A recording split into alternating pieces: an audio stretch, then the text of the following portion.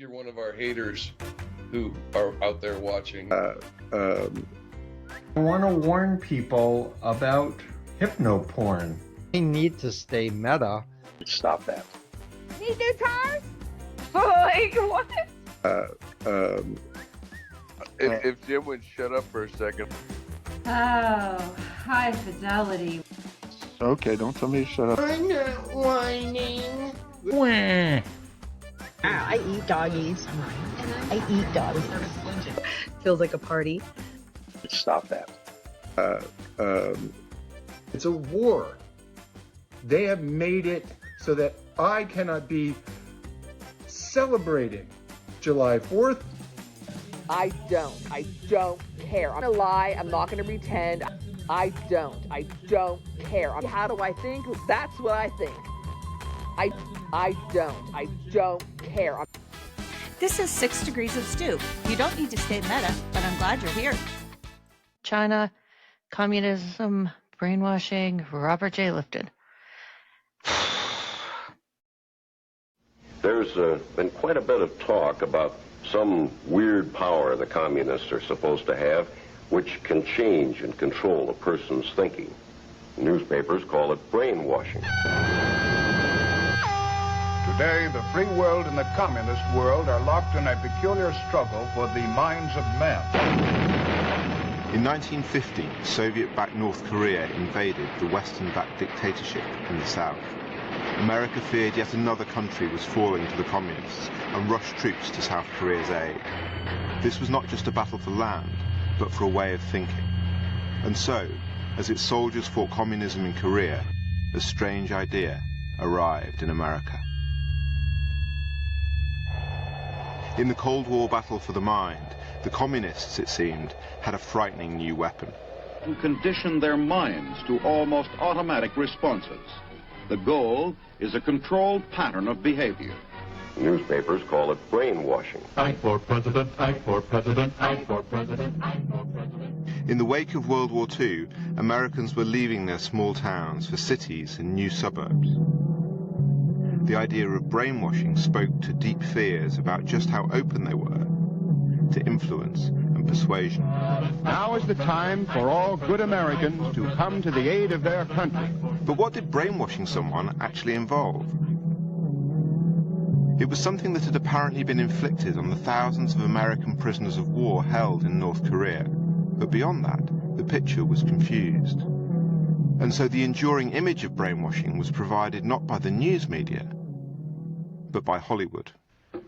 Allow me to introduce our American visitors. I must ask you to forgive their somewhat lackadaisical manners, but I have conditioned them, or brainwashed them, which I understand is the new American word, to believe that they are waiting out a storm in the lobby of a small hotel in New Jersey, where a meeting of the Ladies' Garden Club is in progress. You will notice that I have told The Manchurian Candidate brilliantly cuts between reality and its POW's hallucinations to fix the idea of brainwashing as a kind of magic hypnosis. It was a great movie, but it had very little to do with what had actually happened to the prisoners in Korea. The clip that I just showed came from a longer documentary that is on Hidden Persuaders, their website, and all of their documentaries are free. I recommend watching them. They're really good and well-sourced.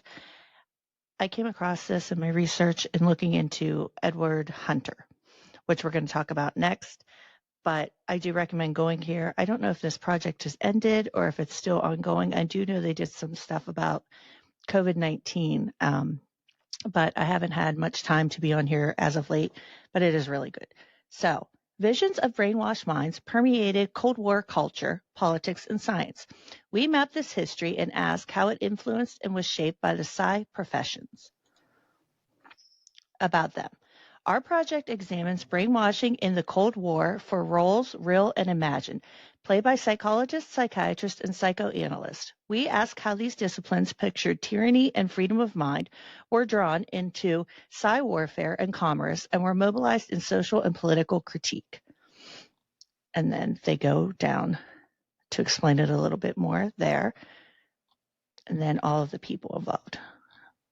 Scroll down to give them some credit here, because they've all worked really hard and have done some really great research. But I would recommend checking it out, and it will be in my sourcing in my notes. But we are going to move along to talk about brainwashing and Robert J. Lifton, as well as Edward Hunter. So Edward Hunter is an interesting character in the history of brainwashing, as he is the one who brought it into the American lexicon, our verbiage, and it is now spread to every corner of the world that you can imagine. Edward Hunter was a reporter, and he was chronicling conditions in China, but he also served as a propagandist for the OSS, which stands for the Office of Strategic Services. Now, the OSS is a predator to what we know as the CIA today. So he was working for their predecessor, like afterwards came the CIA. So he was a journalist, but he was also an anti-communist propagandist for the OSS. So keep that in mind as we talk about brainwashing and how this comes into the lexicon and the way it was pushed out there. Word Hunter and brainwashing first takes the U.S. by storm in a Miami Sunday News article dated September 24th of 1950. And I have the article here, and this is where brainwashing first enters into our lexicon and gets a lot of people worked up. And I'm just going to briefly read some of this for the sensationalism so people can hear what this was like. So the title is Brainwashing: Tactics Force Chinese into Ranks of Communist Party by Edward Hunter. Hong Kong, September 21st. Quote, brainwashing is the principal activity on the Chinese mainland nowadays. Unrevealed thousands of men and women are having their brains washed. They range from college students to instructors and professors, from army officers and municipal officials to reporters and printers, from criminals to church deacons. There are no exceptions as to the profession or creed. Before anyone is considered trustworthy, he must have gone through this brainwashing so he can become fit for his work as a comrade in Mao's new democracy. Only then do the authorities consider that he can be depended upon as the official expression is worded, to lean to one side, Soviet Russia's, in all matters to react with natural obedience to every call made upon him by the Communist Party, through whatever twists or turns or leaps policy may take, and to be ready with the right answer for whatever contradiction or evasions may be found in party statements. This is no easy matter. Sometimes brainwashing is not enough. You have to change your brains. This is done too, although not yet as thoroughly or as efficiently as other satellite nations or in Soviet Russia itself. And he goes to great lengths within this article, and I will share it, of how he tells some stories and everything of how this brainwashing goes on. And there have been questions of whether or not the story he relates is true or not, and propaganda, which we will talk about. But this is the article for anybody. And like I said, I will definitely put it in my sourcing. It's rather lengthy, and I don't think anybody wants to sit here and listen to me read the whole thing as he goes through all the different countries. I'm going to be combining a bit of information from here and there and some of my own thoughts in this, because brainwashing can be its own episode in itself. It could be a whole series, but I'm just briefly touching on it. Just the general history, because there are tons of books out there. I've read several of them just out of curiosity and wanted to understand more about the history. Like I said, the Hidden Persuaders website I looked at. I've read Edward Hunter's book on brainwashing that he wrote back then. I did read that full article. I've read tons of other articles, scholarly journals. But again, that's not kind of why I'm here. I just wanted to give a brief history of brainwashing and how it got into our lexicon, and why I don't believe it's a real thing, and a lot of scholars don't either.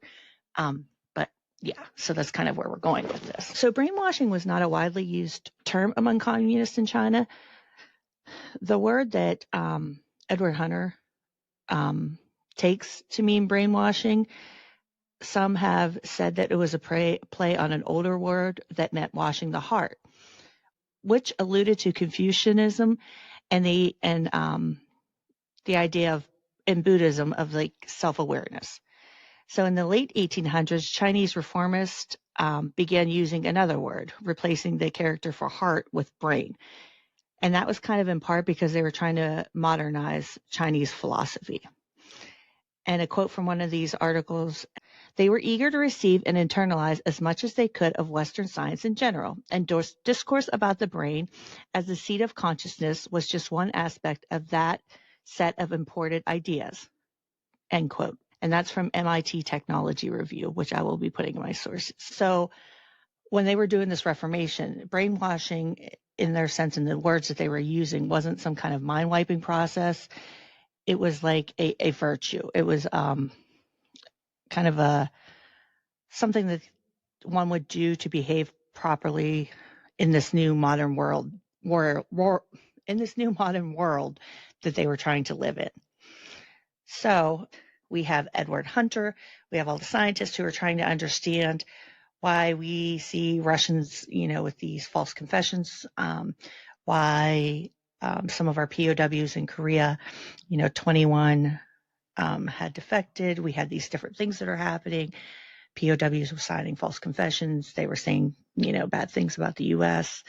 And everybody was trying to understand, how is this happening? Why aren't they resisting? There was a lot of panic.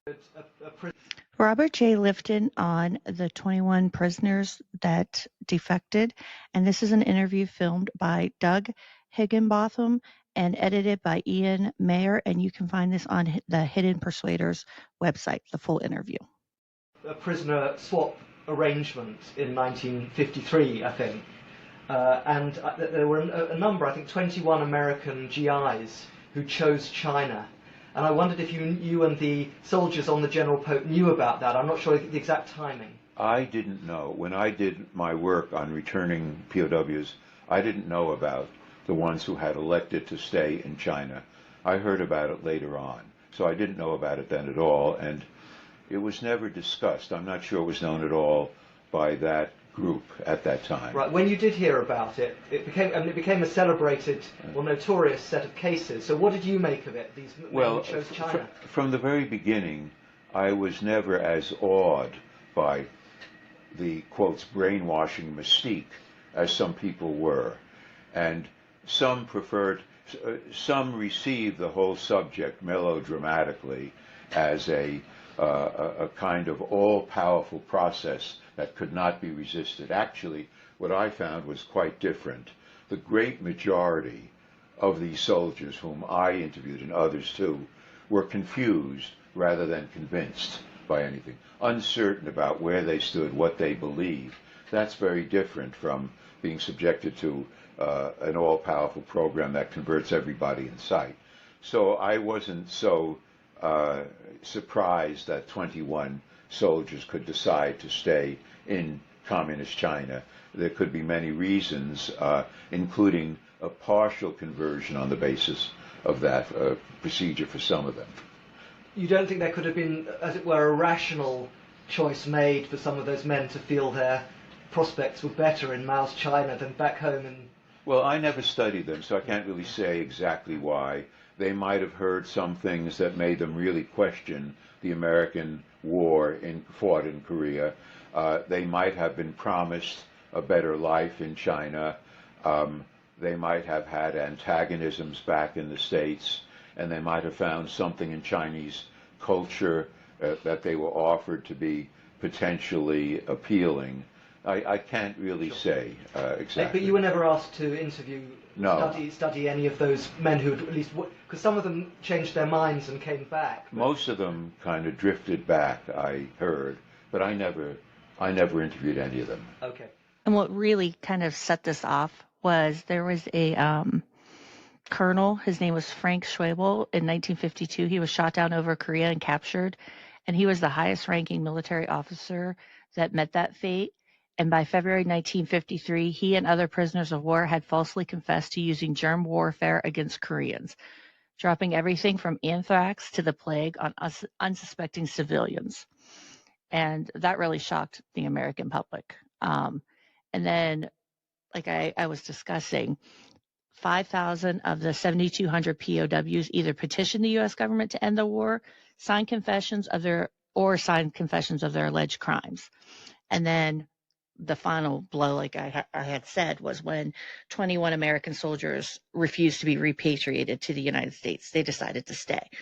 So it kind of just shocked the American system. Like, how could these Americans do these? This is an article I found from Time. It's titled Armed Forces, the Marines Decide. And it's from May 10th of 1954. And it is in regards to Frank Schwebel.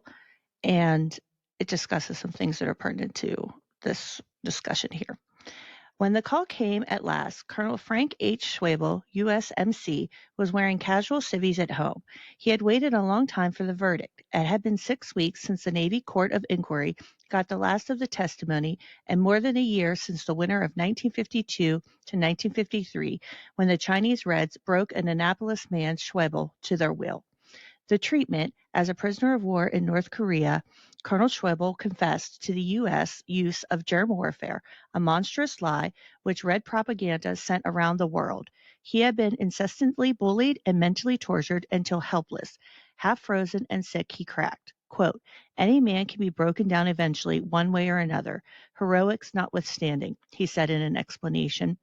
The court, 3 Marine generals, including a Medal of Honor winner and an expert on military law and a top Navy surgeon, agreed. Schwebel was exonerated completely because he, quote, resisted this torture to the limit of his ability to resist. His treatment constituted reasonable, able justification, the court found, recommending that no disciplinary action be taken. The court added a sweeping generalization under communist torture. Quote, "One of 3 events inevitably takes place. 1. The victim's will to resist is broken and he responds as the enemy desires. 2. The victim becomes insane. 3. The victim dies." The court called on the Defense Department to prepare a new rule for conduct for Americans who may someday, as prisoners, be called to face the Red treatment. In a lengthy comment, General Shepard, the Corps commander, did not quarrel with the court's findings in the individual case of Colonel Schwebel, but he did attack the court's amazing generalization that under Red torture, all prisoners must either confess or go mad or die. In Korea, there were many cases of tortured prisoners who did none of those. Said Shepard, quote, "Some found the strength in religious faith. A few possessed the toughness of fiber needed to defy their captors' every demand."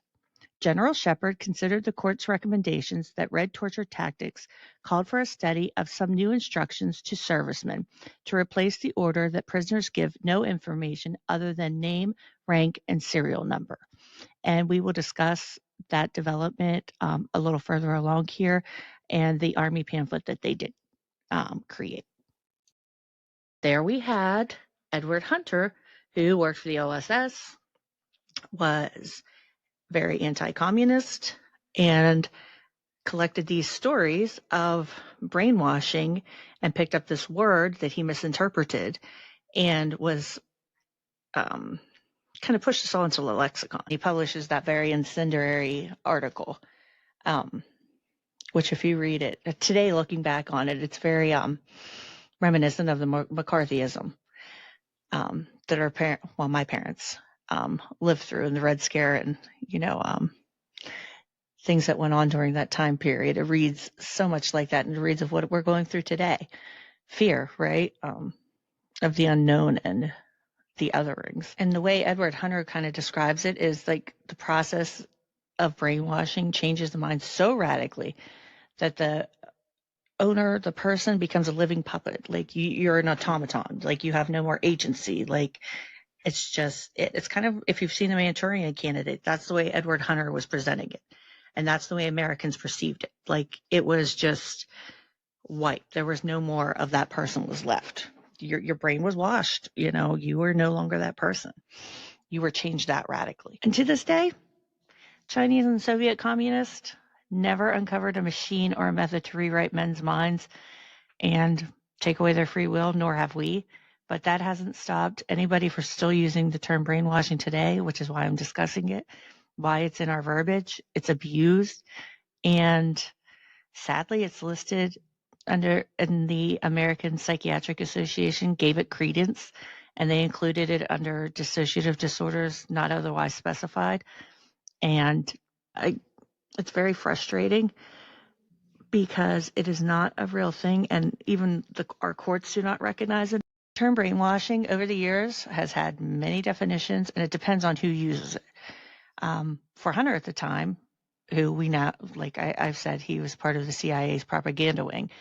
It was this mystical kind of ancient Asian practice that nobody could understand. The West didn't see it coming, and what were we going to do about it? And then there were scientists who actually studied American POWs once they returned to Korea, and it wasn't that mysterious. The men had been tortured. They had been deprived of food. They had been deprived of communication with their families. They had been deprived of basic hygiene. So it wasn't that mysterious. And one of Dr. Hassan's mentors, Robert J. Lifton, actually studied this. And that's where we'll get into the 8 criteria for thought reform. Dr. Lifton does not like the term brainwashing at all. He does not, and I have several interviews where he says he does not, and I don't know why he doesn't correct Dr. Stephen Hassan. I don't like to use the word brainwashing, but everybody else does, and it just won't go away, because the word itself has been used for so many things it's lost its meaning. Okay. You've made it clear already that you have had a more skeptical view about the term brainwashing, but it would be good just to hear your critique of what was wrong. Brainwashing is a kind of artificial term, now, wash brain. It was created by Edward Hunter, who was a journalist, but he was more a CIA operator than a journalist. He was both, I guess, in his own fashion. He claims, and he might well have heard it from Chinese, some reports say from Westerners who had been subjected to it, and they used the phrase. He probably did hear it in that way, and then he embraced the phrase, wrote about it in articles and in a book called, quotes, Brainwashing in Red China. The problem was that there then evolved from it 2 equally misleading illusions or fantasies. The first was that it was an all-powerful process that couldn't be resisted, arcane, created by an evil enemy, the quotes, communists, and then that's why the CIA had to have a piece of it for themselves. But that was one fantasy. It was none of those things. It was really a systematic process that used psychological means that could be understood in very natural or naturalistic terms. The second fantasy or illusion is there's no such thing at all. Just the kind of persuasion everybody does all the time. And that was equally wrong, because there was a systematic process, as I've begun to tell you about it now, and it was worth learning about. And I devoted a couple of years to doing that and wrote about it and felt that I learned a great deal from it. This is a brief summary of Lifton's 8 criteria for thought reform. The first, number 1, milieu control. The group or its leaders controls information and communication, both within the environment and ultimately within the individual, resulting in a significant degree of isolation from society at large. Number 2, mystical manipulation. The group manipulates experiences that appear spontaneous to demonstrate divine authority, spiritual advancement, or some exceptional talent or insight that sets the leader and or group apart from humanity, and that allows a reinterpretation of historical events, scripture, and other experiences. Coincidences and happenstance oddities are interpreted as omens or prophecies. Number 3, demand for purity. The group constantly exhorts members to view the world as black and white, conform to the group ideology, and strive for perfection. The induction of guilt and or shame is a powerful control device used here. 4, confession. The group defines sins that members should confess either to a personal monitor or publicly to the group. There is no confidentiality. The leaders discuss and exploit members' sins, attitudes, and faults. Number 5, sacred science.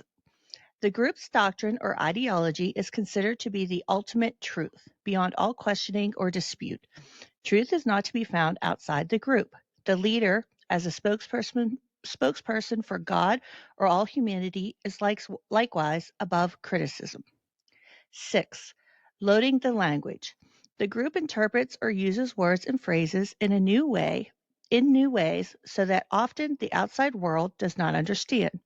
This jargon consists of thought-terminating cliches, which serve to alter members' thought processes to conform to the group's way of thinking. Number 7, doctrine over person. Members' personal experiences are subordinate to the sacred science. Members must deny or reinterpret any contrary experiences to fit the group ideology. Number 8, dispensing of existence. The group has the prerogative to decide who has the right to exist and who does not. This is usually not literal, but means that those in the outside world are not saved, unenlightened, unconscious, and must be converted to the group's ideology. If they do not join the group or are critical of the group, then they must be rejected by the members. Thus, the outside world loses all credibility. In conjunction, should any member leave the group, he or she must be rejected also. Now, following this, there are going to be some recordings that I have of Dr. Lifton talking about his 8 criteria. There's some older ones and a newer one, and I tried to make it as short as possible, the ones that I did find, but I thought it was important to understand how he talks about thought reform and how we hear Dr. Stephen Hassan talk about his 8 criteria, because Dr. Hassan has integrated that into his bite models and his influence continuum and his talks and everything that he gives. So it's important to hear from the actual source. But I did try to keep it as short as I could. But like I said, it's important to hear from the man himself who did create this list and understanding of it. In describing the themes that I put forward in chapter 22 of my book on thought reform, that chapter also had a strange and, to me, interesting and mostly very rewarding kind of history, because I wrote it mainly about Chinese thought reform, but then applied these principles generally. And I found that people who had been involved with cults began to read that chapter, and it became a kind of underground document, that chapter. I think maybe it became an underground document because Margaret Singer has been showing it to so many people. But it was really how I became involved in the cult situation, because then various parents and younger people who had been in cults began to consult with me. I was then at Yale, and I would talk with them about the experience, and we would re-examine some of those themes. In any case, the putting forward of those themes was an effort to do what I just described as being so important: universalize the issue rather than see it as the practice of one particular group alone. Now, when I was writing about and observing what I could about ideological totalism, the prerequisite, the first principle, and maybe it's the predominant principle that's necessary for everything else, is what I came to call milieu control. And that really means the control of all communication in the environment. And the process in thought reform-like procedures in instituting and maintaining and utilizing the milieu control is to try to deepen and internalize that control in people subjected to the process. So it becomes more and more control over the communication with oneself or within oneself, one's internal communication.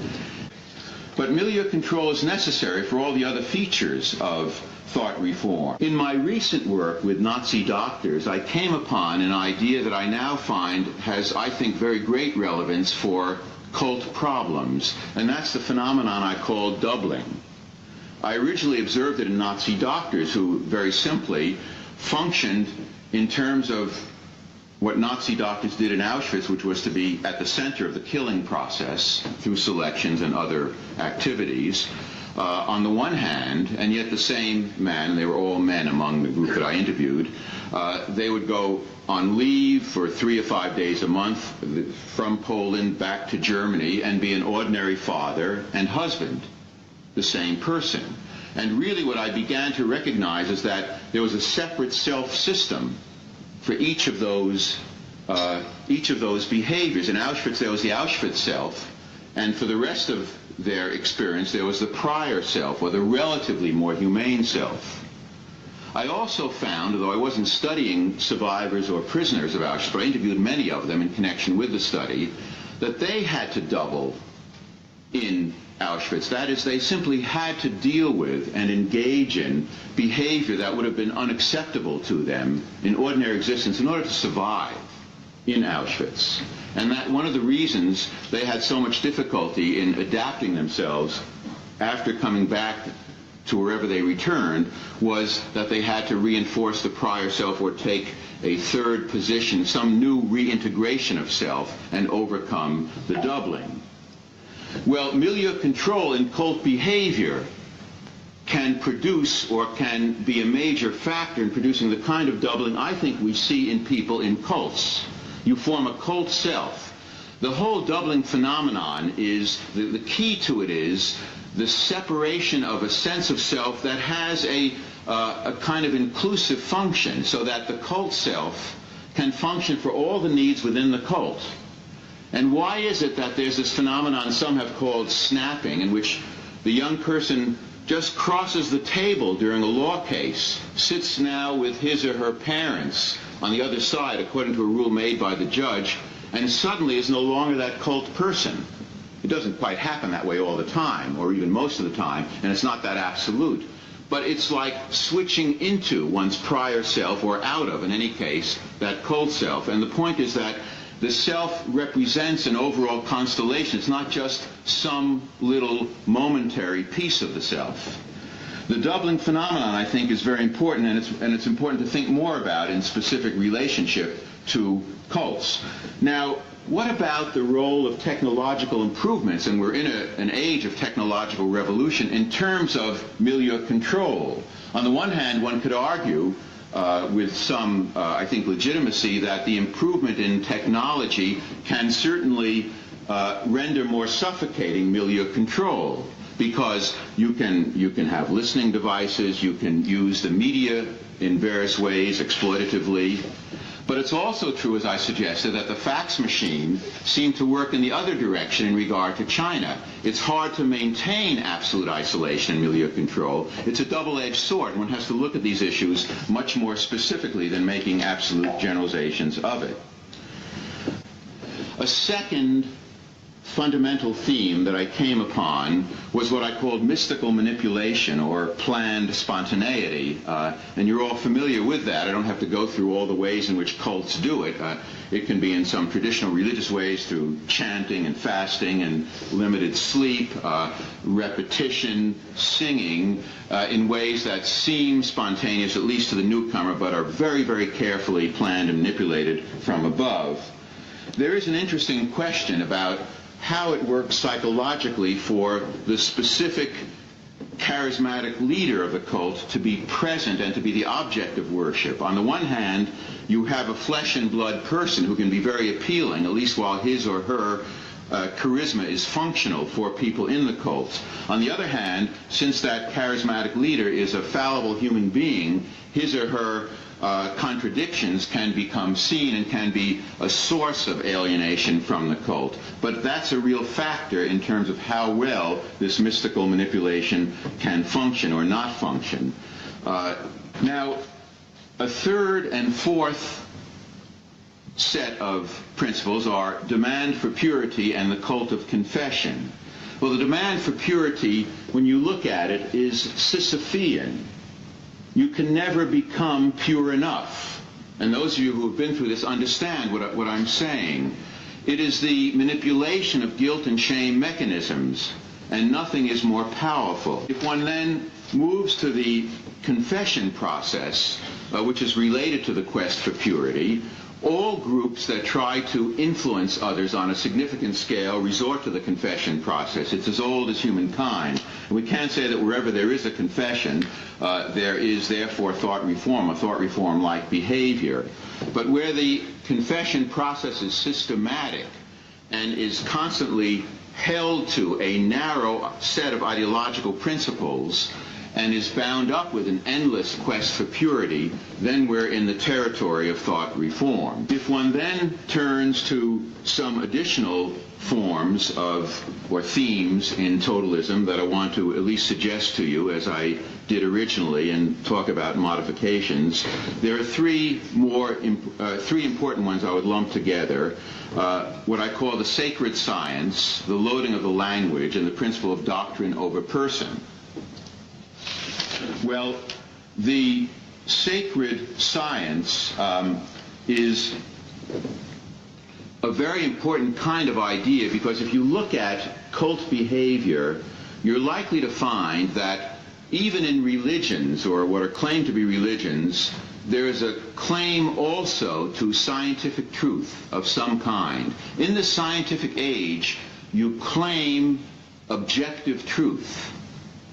It was interesting that in my work with Nazi doctors, there was a claim that the killing of the Jews emerged from a set of scientific principles, which they attributed to the physical anthropology, highly modified of their time, genetics and eugenics and a few other principles. The science was nonsense, but it was a claim to science. And in nuclear strategy, and there is a cult of nuclearism as well, there is the claim of scientific principles about the fighting of nuclear war, when nobody has ever fought a nuclear war in which both sides had nuclear weapons, and nobody knows anything about it, really, and yet there's the claim to scientific data. You must make a claim to science in any cult that you're part of, and I think even the smaller cults make those claims if you look for it.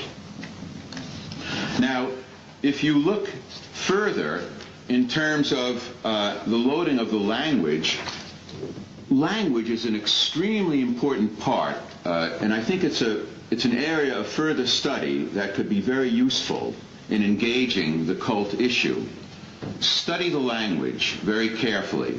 It isn't only that there are the rote terms, of course there are those, but there are also terms that have enormous appeal and can sum up a whole set of emotions satisfactorily and in fact very powerfully for young people, at least at a certain phase in their lives, and can indeed help young people in a phase of depression or a sense of being lost to at least a temporary sense of revitalization. The language has all of those elements.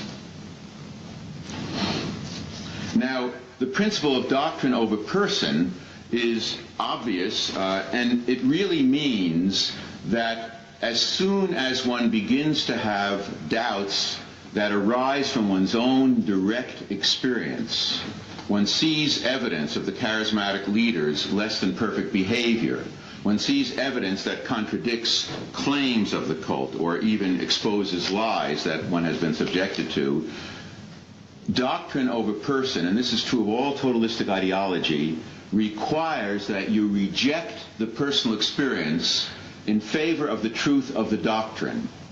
And that is a key element which every totalistic ideology depends upon. It really is at the heart of totalistic ideology, and it has to be recognized and looked at. One reason why young people may be susceptible to this sacred science, combining religion and science, the loading of the language, and the principle of doctrine over person, is that they live in such a confused relationship to truth, to science, about which everybody has become in some way ambivalent, and to where you might find truth, really a confused relationship between self and world. And these exaggerated simplifications, what Lionel Trilling once called the thought-terminating cliché, which is really the language of non-thought, can have tremendous appeal amidst that confusion, though the appeal can be temporary, and that's where the various counseling of people on their way out of cults becomes so extremely important. Now, the final of these 8 points, I think I've been getting in all of them, though going through them rather quickly, because I want to just sort of lay out a certain series of principles. One can't cover everything, even when you're cosmic. But the last and ultimate and dangerous principle is that of really assuming the right to grant or remove from people the right to existence, or what I call the dispensing of existence. If you believe, as a group, that you have the ultimate truth, and more important in this Manichaean division, ultimate good as opposed to ultimate evil, the next logical step is to believe that you have the right to decide who has earned existence and who has no right to existence, to dispense existence. In most behavior that we're familiar with among people in this room, that dispensing of existence has been symbolic. If you're dismissed from a cult, you're supposed to undergo a certain kind of death because life exists only within the cult. Or you can be ostracized and you can be condemned to a life of sinfulness or to drown in your own evil, or whatever phrase may be used. Well, that can be painful enough when people are under that kind of psychological and religious or pseudo-religious influence. But in certain political situations, as you well know, involving the Nazis or the Chinese communists or the Soviet communists in earlier days, the dispensing of existence has become literal. And people were put to death because it was decided that they had no right to existence, having the wrong ideological position. The Nazis, and especially the Nazi doctors, had a chilling phrase for this, which was actually created by, as you might expect, a psychiatrist and a great lawyer, even before the Nazis came into being. Life unworthy of life. Life unworthy of life. And that had to do with various hereditary aberrations originally, but of course it was spread into various political areas, and various groups that were so designated as life unworthy of life were killed, first in the so-called euthanasia, in quotes, program of the Nazis and the Nazi doctors in particular, which mainly meant the mass murder of mental patients, and then in the genocide that followed, mainly Jews, but also Poles and Russians and other groups, homosexual Seventh-day Adventists, and other groups as well. Life unworthy of life. I wanted to come to the book on thought reform in 1961. There's this mixture of the personal and the idea of something direct and so on, but also more theoretical ideas about 8 different criteria you describe that are conducive to thought reform. So can you just tell us about what the findings were in that book? Well, what you're describing is my sense of struggling with the material. There was a process that I had come upon that I thought was fascinating and had a lot of relevance for psychiatry and psychoanalysis. Can a person be forced to change his or her beliefs? Will those beliefs hold? What does that do to one's whole identity? And so on. And then there was this vast panorama of hundreds of thousands, if not millions, of Chinese being subjected to a process that had considerable psychological depth. But having said that, and trying to record it in my book and address some of these questions, I also realized that this wasn't ultimately exclusively Chinese. It had to do with a human repertoire, something others in other cultures were capable of doing in a different cultural idiom. So I had to come to some overall characteristics or criteria for what I called ideological totalism, absolute all or none environments within which thought reform is likely to occur. And that's when I came upon what I sometimes call the 8 deadly sins. And, you know, these had to do with such, I won't recite them all, but they had to do with such aspects as milieu control, the total control of an environment, which could be almost achieved, but never entirely. And the experience of doctrine over person, so that if one had some doubts, that had to be an aspect of personal weakness or some psychological deficiency which gave you those doubts and kept you from the truth. And above all, the most dangerous aspect of totalistic environment and a thought reform-like procedure, what I came to call the dispensing of existence, the decision that some people had no right to exist because their thinking was wrong and their background was bourgeois or in some way ancient culture oriented in a way that gave them no right to exist. And at times that could simply mean that they were given very limited opportunity in the larger society, but in the more extreme context, it could mean killing them or taking their lives. So these issues in a totalistic society become extremely important, and I felt they're important to articulate in a very general way rather than simply the Chinese context. A quote from Marshall Holmes, who was a science historian at the Hidden Persuaders Project. There was concern on the part of the American military about what had actually happened to the POWs and whether they had been manipulated to be what would later be known as a Manchurian candidate. They're not sleeper agents. They're just extremely traumatized. The early 1950s marked the debut of the military studies into psychological torture, and instead of concluding that American soldiers needed rehabilitation, military directors came to a more ominous conclusion, that the men were simply weak. Quote, they became less interested in the fantasy of brainwashing and became worried our men couldn't stand up to torture, end quote, Holmes said. This resulted in the Survival, Evasion, Resistance, Escape program, SIR, meant to inoculate men against future attempts at psychological torture by using those same torture techniques in their training. And I will briefly talk about that. I have that as well.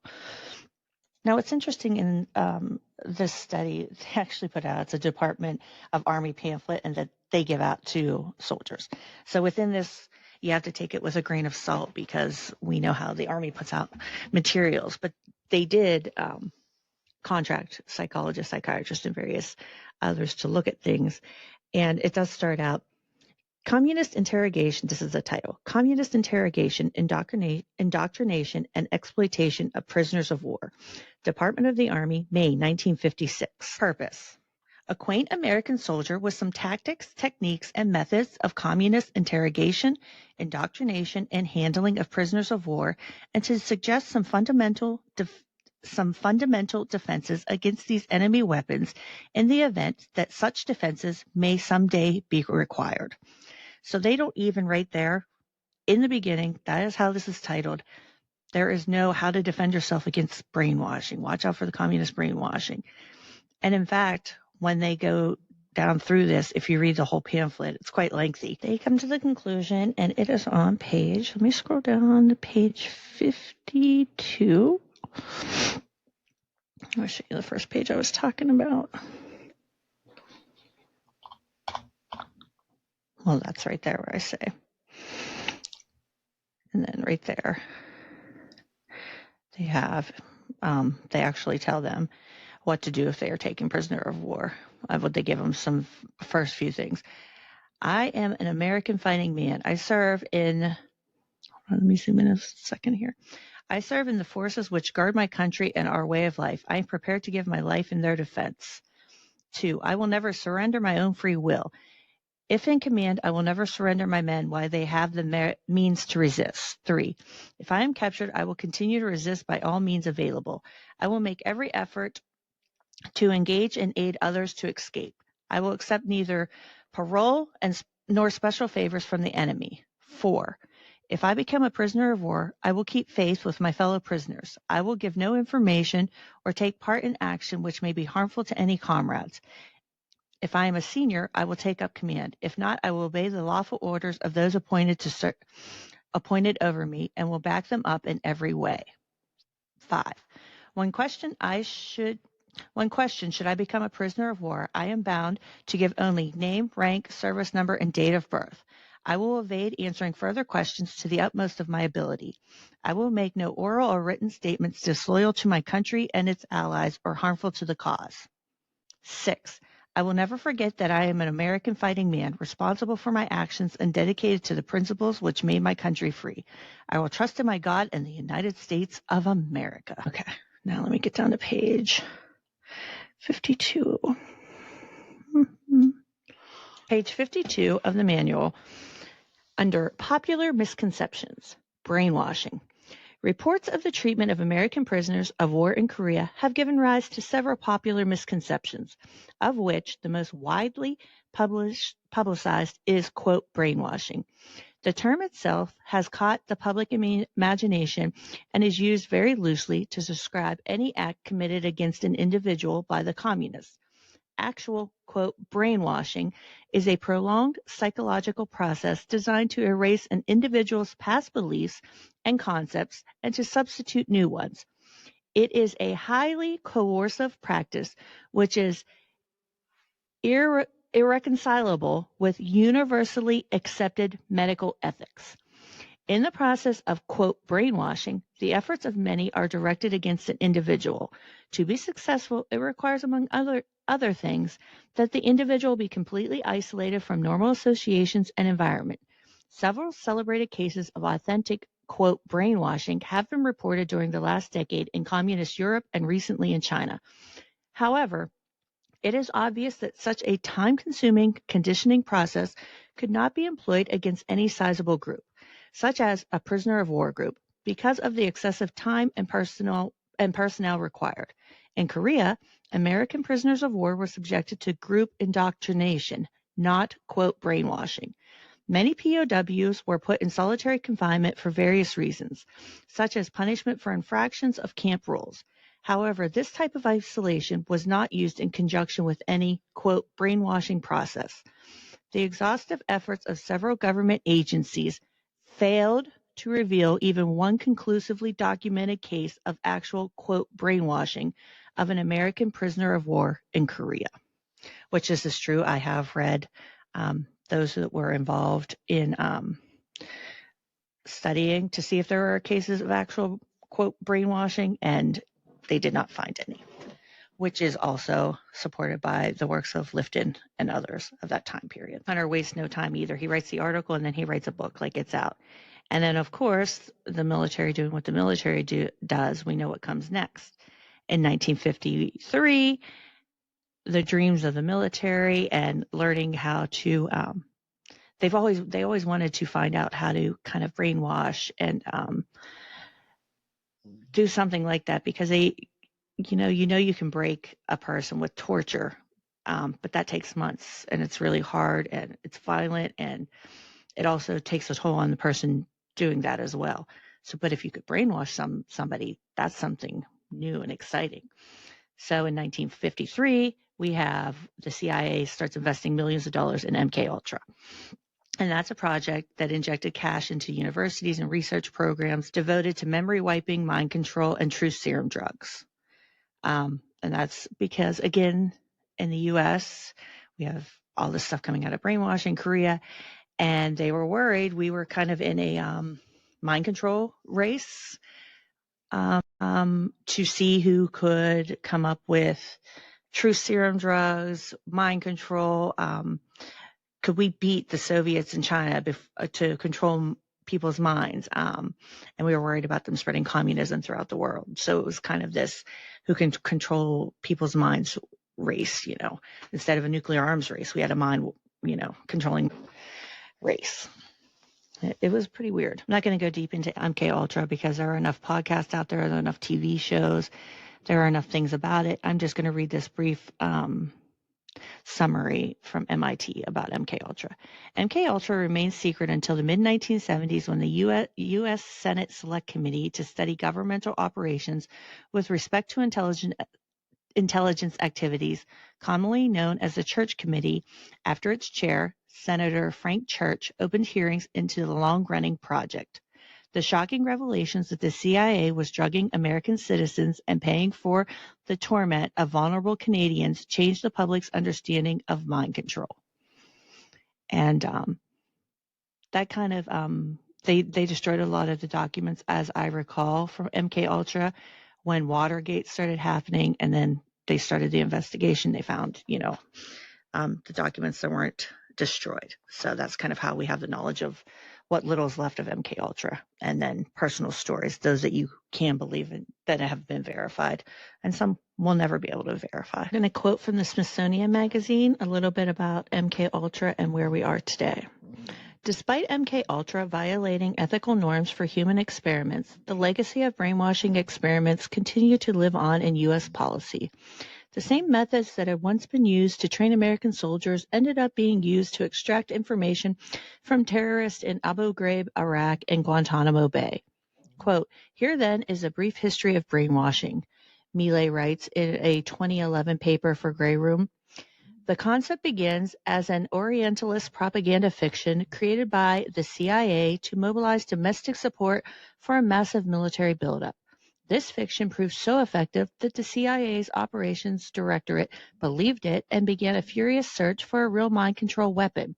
The search resulted not in a miraculous new weapon, but a program of simulated brainwashing designed as a prophylactic against enemy mistreatment. This simulation, in turn, became the real basis for interrogating detainees in the war terror. And then, as you can see, we get the brainwashing manual around this time from none other than L. Ron Hubbard. Yes, he has to get in it too. So this pamphlet comes up in 1955, and it's called Brainwashing, a Synthesis of the Russian Textbook on Psychopolitics. And it was supposed to be a translation of a work by a secret police chief from the Soviet Union, and it's just full of all these claims of how the Soviets were using drugs and psychology to control the masses. And ironically, and when you read it, and I have read it, I do recommend reading some of this stuff just to see the way that things kind of worked in. Dianetics is in there. There is a section devoted to Dianetics. So, of course, L. Ron Hubbard put that in there, and he said, hey, this could prevent brainwashing. So it is believed, of course, and I believe this as well. It is my opinion that L. Ron Hubbard wrote this as kind of a black propaganda piece to masquerade it as, look, so this was produced by a foreign adversary, look at what I'm doing to help the cause or something like that. Like, I got the secret intel information, and I talked to somebody. We know L. Ron Hubbard was he liked to write science fiction stories. He created a whole religion. I mean, we know how he was. So him making up this fake thing and getting into the whole brainwashing discussion is not shocking at all, to say the least. I'm going to quote from back to this MIT article on brainwashing again, and this refers to the L. Ron Hubbard pamphlet. Still, U.S. officials apparently took it seriously.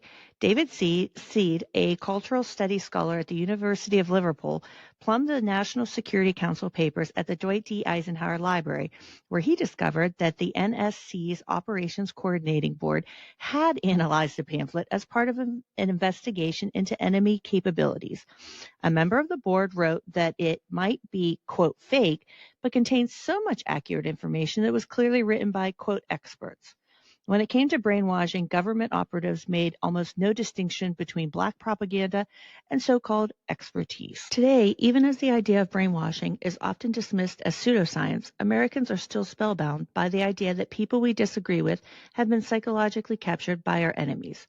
Right-wing pundits and politicians often attribute discussions of racism to infections by a woke mind virus, an idea that is a direct descendant of Cold War panics over communist brainwashing.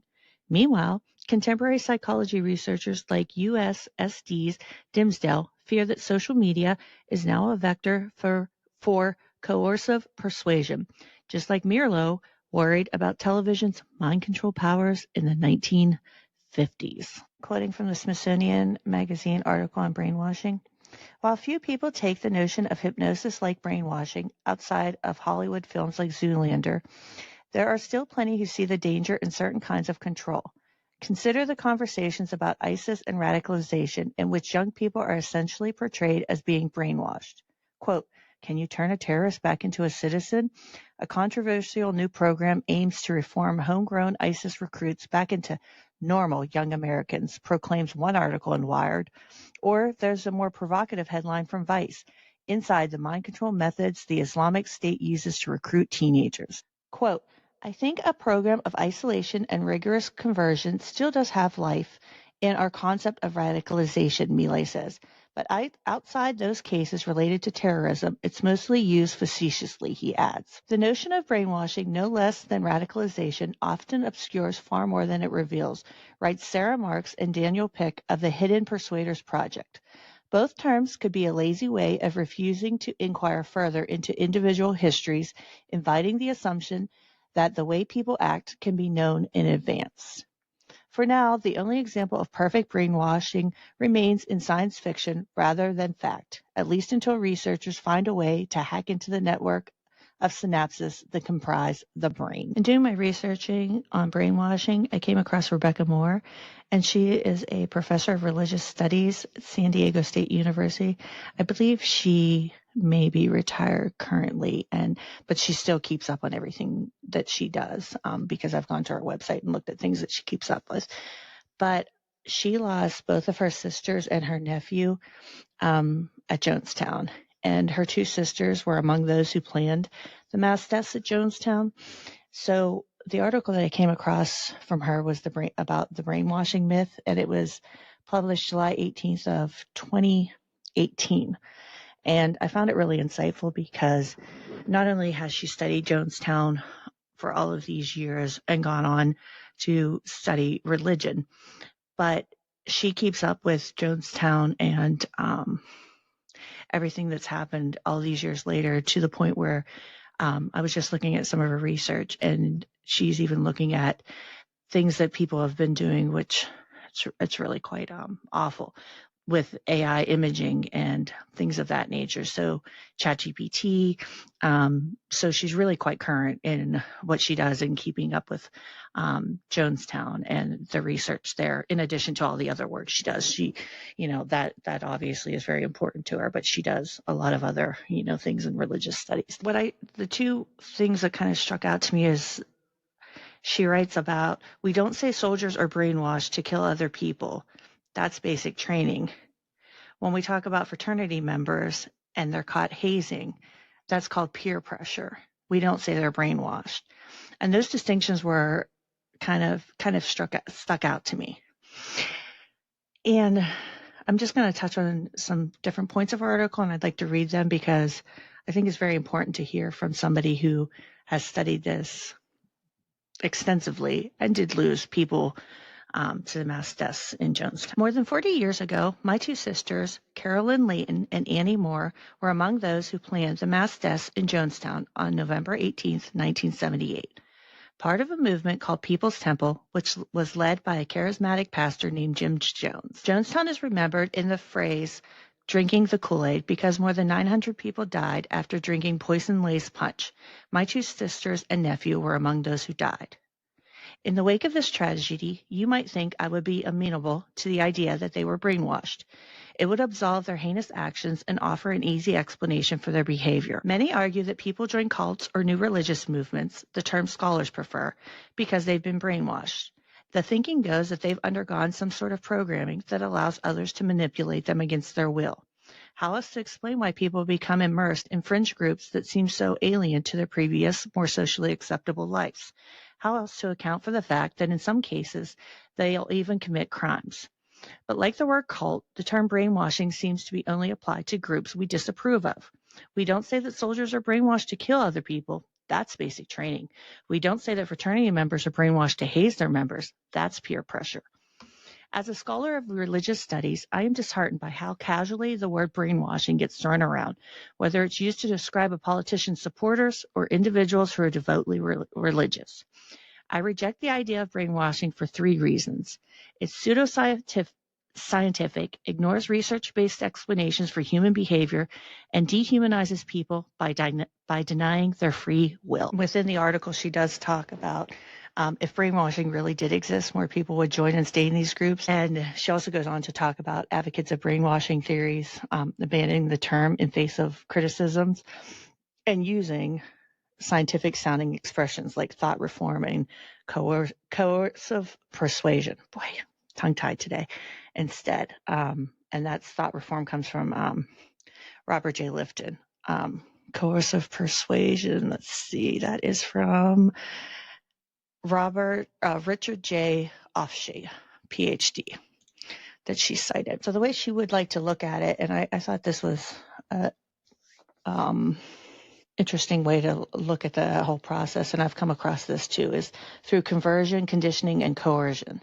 So I'm going to read a little bit about what she thinks it should be looked at from her scholarly perspective. Once we move beyond brainwashing as an explanation for people's behaviors, we can actually learn quite a bit more about why individuals are drawn to new ideas and alternative religions or make choices at odds with their previous lifestyles. There are at least 3 scientific, neutral, and precise terms that can replace brainwashing. The first is conversion, which describes an individual's striking change in attitude, emotion, or viewpoint.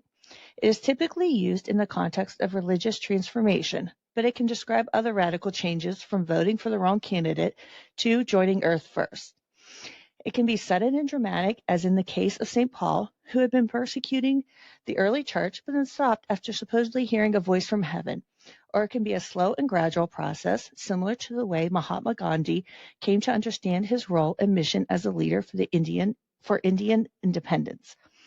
We usually think of conversion as a voluntary process, but when we look at accounts of well-respected converts, St. Augustine comes to mind. We find exactly what philosopher William James said we would. Converts begin by being passive recipients of transcendent life-changing events.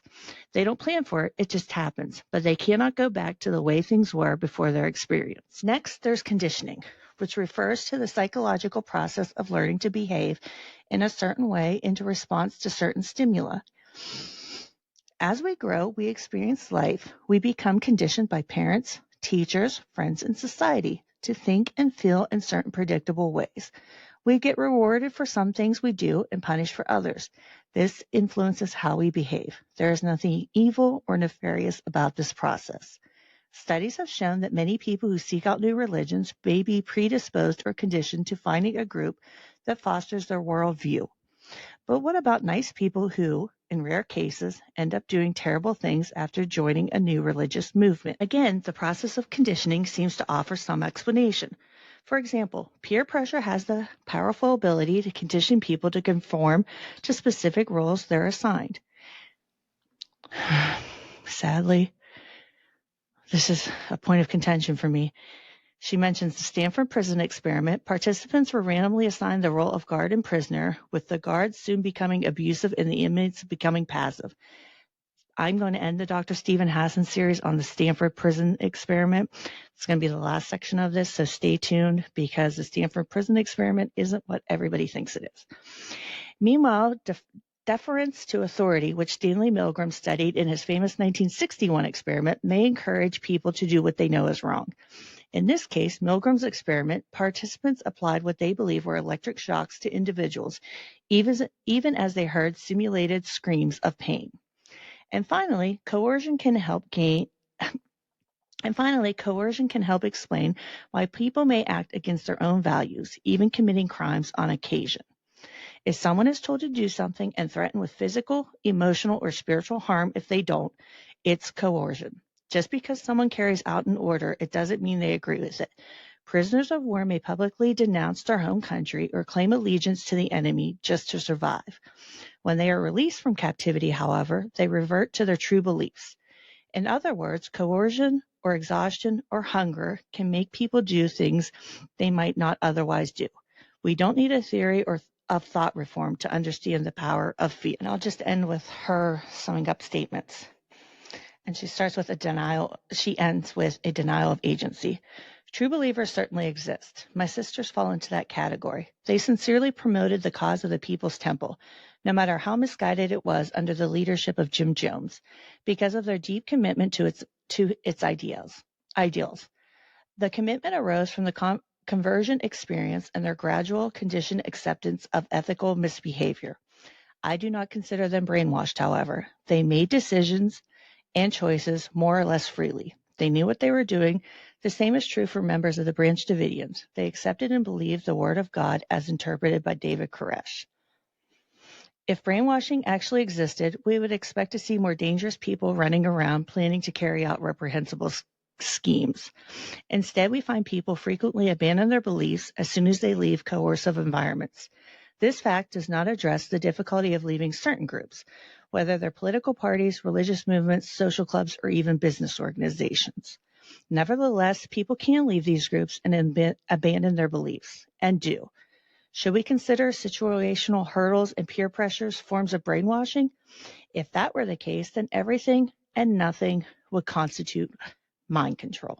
We have studies that illuminate processes of conversion and conditioning. We have historical examples that demonstrate what people do under compulsion. The brainwashing explanation ignores the social scientific research. It infantilizes individuals by denying them personal agency and suggesting that they are not responsible for their actions. The courts don't buy brainwashing. Why should we? A case from 2016 where a young man had his defense tried to use brainwashing as a defense, and the courts are still rejecting it. And it says, a Long Island man from a wealthy family who argued he was brainwashed to kill his cousin's former boyfriend was convicted of attempted murder on Monday after a lengthy trial that featured expert witnesses who testified about the effect of indoctrination on a weak psyche.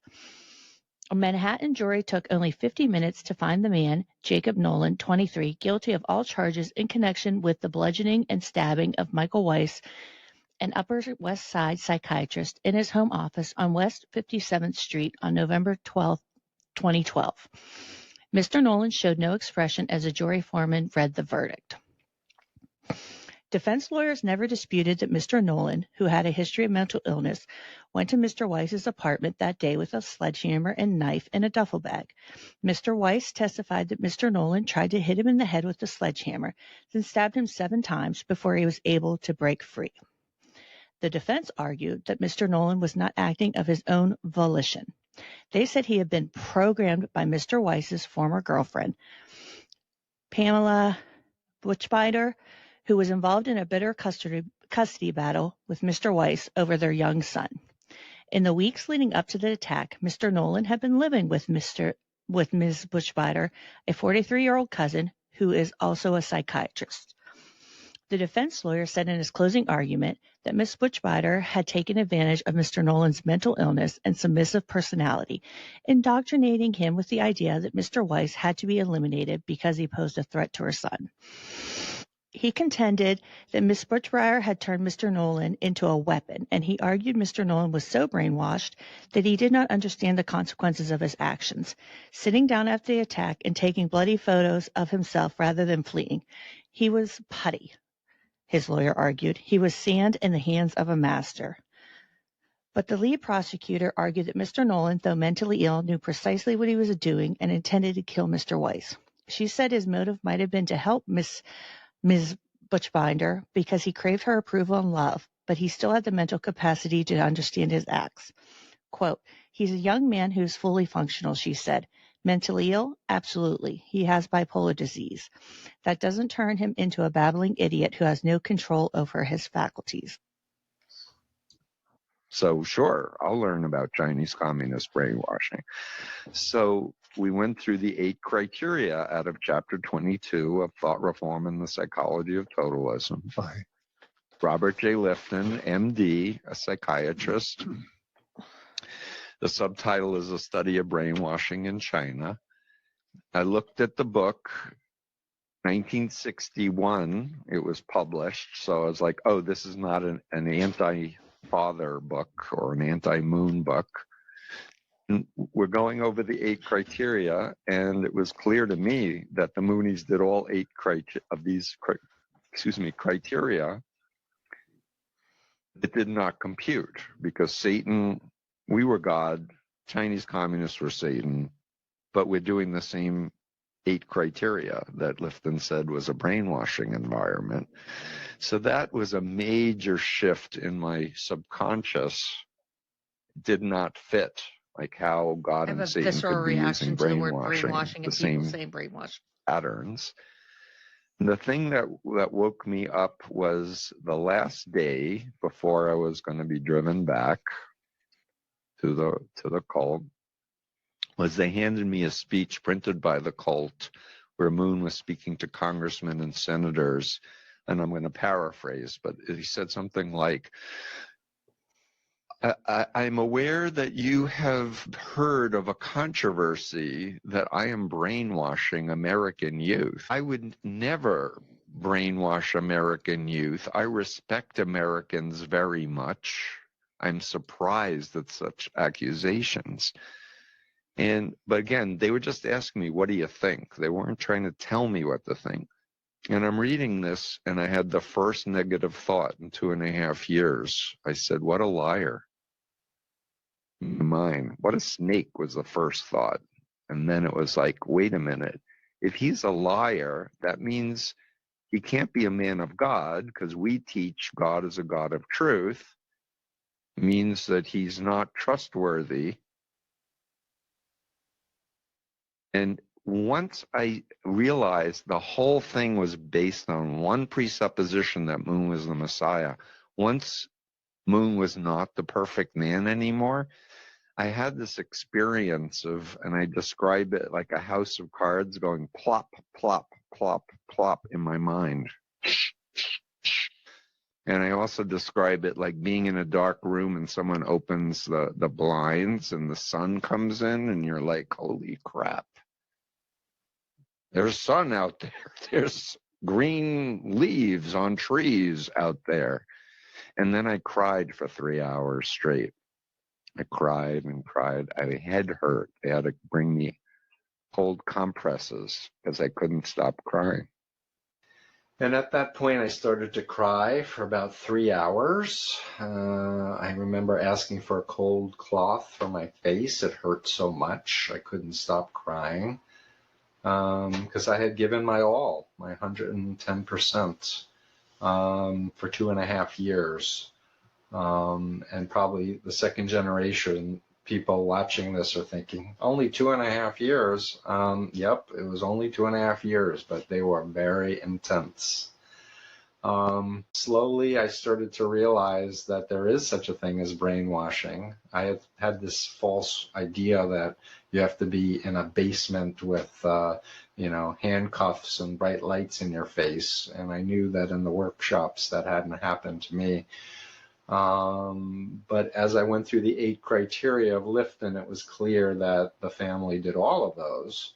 And then I was left with a kind of analysis of, wait a minute, so God and Satan are using brainwashing techniques, and then is really the Unification Church of God, or are they using brainwashing techniques themselves, which is what the conclusion was for me. The straw that broke the camel's back was actually a lecture printed by the church where Moon was saying to congressmen and senators that basically, the one area of controversy is the claim that I brainwash American youth. He says, I want to ask this question to this audience of distinguished American ladies and gentlemen. Are Americans really that foolish? Could they really be brainwashed by me, Reverend Moon, a Korean? I know your answer is no. My answer is no, too. No American is so foolish. I respect Americans very much. And that's pretty much a quote. And the former member said, so what do you think, Steve? Do you think he respects Americans very much? And I was like, no, I've heard him speak hundreds of times about how we are the archangels and we are stupid and we're unspiritual. And it was so clear that he was lying. And it was the first time in my entire membership that I started doubting and allowing the thought in my mind, Moon is a liar, Moon is a liar. And at that point, everything kind of collapsed. In one moment, you had that realization. Yeah, it to this is later probably called a 4 times. snapping moment, which it was what the programmers, there was a whole book called Snapping, where Ted Patrick, who created the term deprogramming, said you want to snap someone out Ted of it by Patrick did so much overloading them damage. and forcing them to have this That's a whole episode you could do on shift Ted in Patrick. consciousness. I've learned this is horribly traumatizing, and I avoid doing anything that harsh and direct. But for me, I was so like, how did this happen to me? Like, I've been praying to you, God, and how could he be a liar? But how could we be doing brainwashing? All the things that I didn't believe we were a cult or we were brainwashed. Now I know that we were. I was a leader. I was horrified.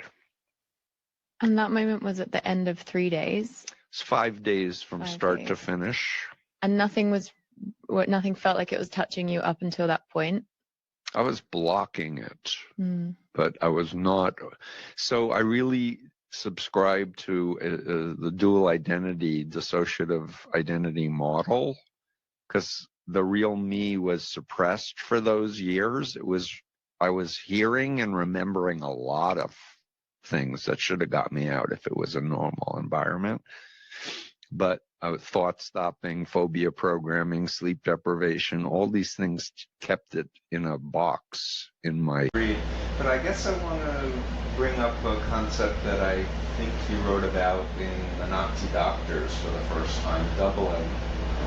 And in my experience with myself and the people that I work with coming out of these groups is the sense of that when they came out, their real self re-emerged, their cult self got put underneath, and in many ways, even if they were in 20 years, their psychological age was what it was before they went in.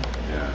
And that unless they're able to do the inner mining of their experiences and integrating it, they're very split. And they can easily get triggered by a stressor like a tsunami wave or some threat of war. And it's a frightful kind of dual reality, because you know you don't believe in the guru anymore, and yet that identity comes back.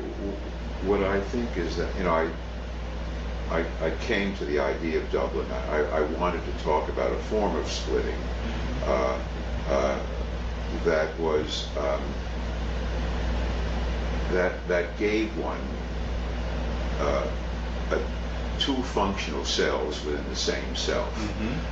And I was struck, and this is another way of saying what you just said, when people came out of cults and for various reasons would join, say, their parents or their non-cultic friends, say it's a legal case, at their bench or in their group, they could almost, now this is oversimplifying it, but very quickly they had their doubts before, and that's how the whole thing came up, but they could rather suddenly revert to their prior self. The difficulty, as you say, is that first of all, you can't revert completely to that prior self. You've been through a whole experience that has to be in some way coped with. It has to be absorbed. And when I think people have successful forms of emerging from totalism, it isn't the prior self they return to literally. It's lots of elements of the prior self, along with some kind of experience they've had in that cult or in life in general. So it's a third place. And they have to do that work of transition in order for the new version or the renewal to really take shape. Yeah, that's true. I would agree with that in terms of in myself, and I was ashamed, I was embarrassed, I was confused. I felt like I had been spiritually raped. I also described the feeling like I was on a skyscraper, like I was at the top of the world, and I was just falling, and I had no idea what would happen. I would crash and burn. I just felt out of control, like I was falling off a skyscraper, down, down, down. And it was really scary having former members, especially Gladys, who were loving and kind and spiritual, provided an exit from the phobia indoctrination that, I would be like the demon in the Exorcist movie. Like, that was not true. I wasn't going to be possessed like that. But it was devastating. It was one of the most traumatic events of my life, aside from the crash. How did your parents connect with those people?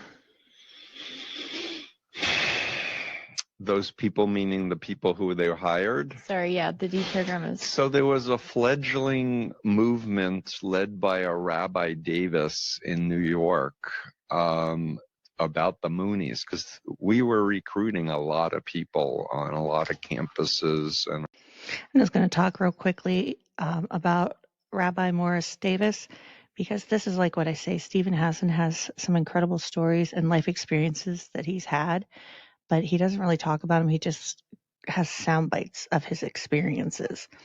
So, Reverend Davis was a rabbi and an activist. He served on the President's Commission on Equal Opportunity in Lyndon B. Johnson's administration and was a director of the American Family Foundation, which is now known as the International Cultic Studies Association, which I believe it's changed names.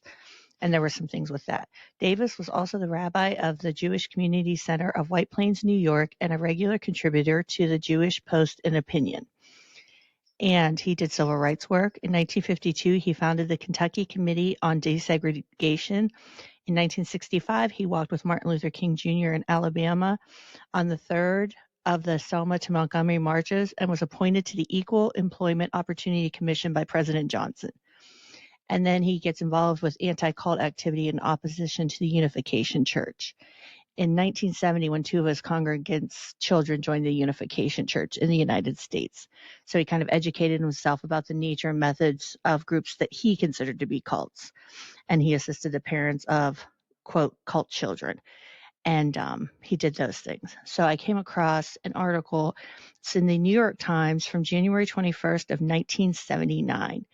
And the title was Interview, the Rabbi Leader of Anti-Cultist. Let's see, we'll start here.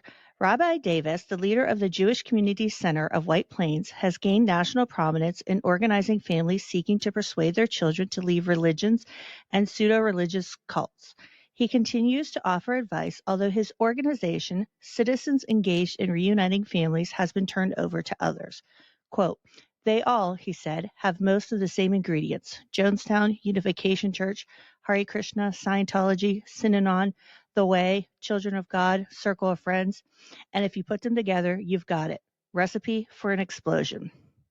First, you need a charismatic, well, I have trouble with that word, but somebody with unlimited power. Then you need a following that has given up the right to make valued judgments, who no longer say yes or no. You also need a doctrine that the ends justify the means, unlimited funds, and finally, a suspicion, fear, or hatred of the outside world. The article goes on to talk about his early life and how he got into things. And then briefly, from 1961 to 1967, his pulpit, he said, was in Indianapolis, where he met the Reverend Jim Jones, at that time the leader of a small and loyal interracial congregation. Mr. Jones, who was later to lead his congregation to Guyana and eventually mass death, bought Rabbi Davis's synagogue after he led his congregation to the suburbs. Mr. Jones named it the People's Temple. Rabbi Davis arrived in White Plains in 1967, becoming involved in cults after two members of his congregation joined the Unification Church of the Reverend Sun Myung Moon, and their parents came to him for advice. He said that a sermon he delivered on research he had conducted was widely reprinted, prompting others to respond. The D program, he said, he has helped to get out 128 young men and women out of the organizations, the majority from the Unification Church. It largely consists of conversations like this. Quote, I say, let's be honest. I hate the group you're in. I'll tell you why I feel that way and try to prove to you why I think what I think about it.